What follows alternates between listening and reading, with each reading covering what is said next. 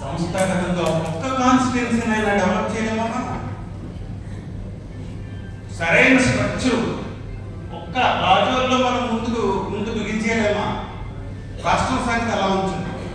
సంస్థాగతంగా పార్టీ బలోపేతం అవ్వలేదు, ఇది కామెంట్ కదా ఎవరు చెప్పినా. కనీసం రాజుల్లో చేయలేమా? ఇంత ఎమోషనల్ గా మాట్లాడారు కదా, ఇప్పుడు మాట్లాడండి. దాని స్ట్రక్చర్ ని ఒక్క చోట్ల స్టార్ట్ చేద్దాం. మన రాజ్యంలో సంస్థాగతంగా పార్టీని బలోపేతం చేద్దాం. అది ఎలక్షన్ అయిన తర్వాత ఉంది మోస్ట్లీ. తప్పనిసరిగా చేసేదానికి మీరు దృష్టిలో పెట్టుకోండి. పోతే పోల్ రిలేటెడ్ ఇష్యూస్కి వచ్చినట్టయితే ఈసారికి మీకు ఎలక్టరల్ రోల్స్ రెడీ అయి ఉంటాయి. ప్రింట్ వచ్చి ఉంటుంది. టీడీపీ వారికి ఇచ్చింటారు, మనకి ఇవ్వరు. సో వారి దగ్గర నుంచి మనం అవన్నీ తీసుకొని గ్రామాలకు వెళ్ళియో లేదో మరి మీకే తెలిసి ఉందా? గ్రామాలకు వెళ్ళాలి. గ్రామంలో ఉన్న ప్రతినిధులు ఎవరు ఉన్నారు, ఆ ఓటర్ లిస్ట్ చూసుకొని ఎవరు ఉన్నారు ఎవరు లేదనేది ప్రిపేర్ అవ్వాల్సిన టైం ఇది. మీకు తెలుసు అనుకుంటా, నేను అందరూ ఎలక్షన్లో ఇంతకు ముందు అనుభవం ఉంటుంది. లేదంటే నేను 30 సంవత్సరాల నుంచి నేను ఎలక్షన్లో అనుకున్నామని. వివిధ ఆల్మోస్ట్ అన్ని రాష్ట్రాల్లో కూడా నేను ఎలక్షన్ కండక్ట్ చేశాను, అబ్జర్వర్గా పనిచేశాను. నేను ఎలక్షన్ చూసాను. ఫైనల్గా వచ్చిన ఎలక్టరల్ రోల్లో ఏదైతే ఉందో జాబితాలు వాళ్ళే అక్కడ కానిస్తారు కానీ ఇంకొకటి రాని. కాబట్టి మనకున్న జాబితాలో ఎవరి పేర్లు ఉన్నాయి ఎవరి పేర్లు లేవు, ఎలాగ ఎడిషన్స్ ఎక్స్ట్రా ఇంక్లూడ్ చేసేస్తారా?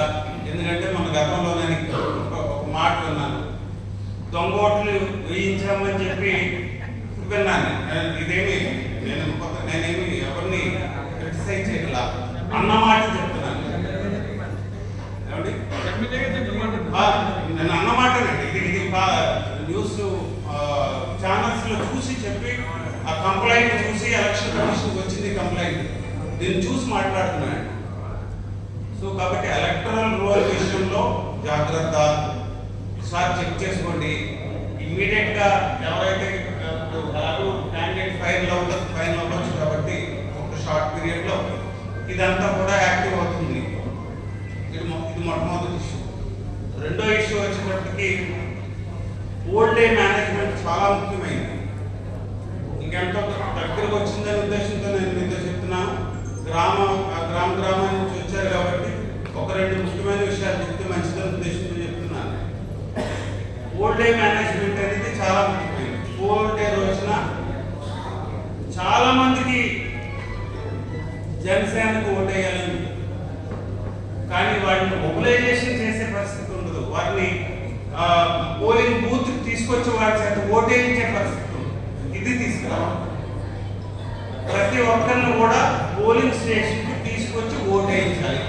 దీన్ని ఎలాగా డిజైన్ చేయాలనేది అది నేను కూడా ఆలోచిస్తాను. తప్పనిసరిగా దీని మీద ఒక ఎక్సర్సైజ్ చేస్తాం. సో దీన్ని దృష్టిలో పెట్టుకుని వెనక్కి రివర్స్ ఇంజనీరింగ్ అంటారు, అక్కడి నుంచి వెనక్కి చేయాల్సి వస్తుంది.